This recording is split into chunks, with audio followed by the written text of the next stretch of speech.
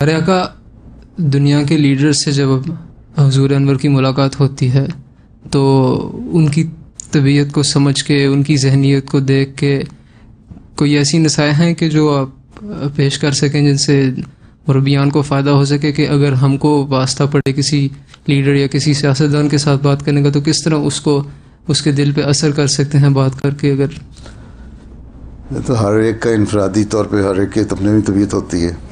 ایک عمومی چیز یہ ہے کہ تم لوگ مربیان ہو، مبلغین ہو، احمدی ہو، دلائل ہیں تمہارے پاس، براہین ہیں تمہارے پاس. اگر نیکی ہے اور تقویٰ ہے تو کسی سے ڈرنے کی ضرورت نہیں ہے. ٹھیک ہے، سچائی جو ہے، حق بات ہے وہ کہو اور بیلنس کر کے کہو تو کوئی انکار کر ہی نہیں سکتا.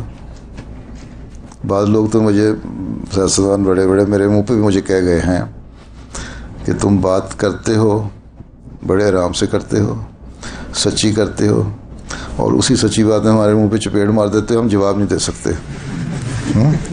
یہ بھی ریئیکشن ہوتا ہے. تو یہ طریقہ آنا چاہیے. بس یہ دیکھو ان کی اگلے کی نفسیات کیا ہے، کس طرح اس سے ڈیل کرنا ہے. اگر روڈلی کسی سے بولو گے، صرف اعتراض کیے جاؤ گے، سچائی نہیں ہوگی، حق نہیں ہوگا، حکمت نہیں ہوگی. معزت الحکمہ کا اس لیے اللہ تعالیٰ نے فرمایا نا تبلیغ میں بھی، ہر مقام میں، کہ تمہارا باز حکمت کے ساتھ ہونا چاہیے. تو اکثریت ٹھیک ہے، چاندے کیسے بھی ہوتے ہیں ٹیڑھے، لیکن اکثریت پھر اس کا اچھا اثر ہوتا ہے. جزاکم اللہ حسنا.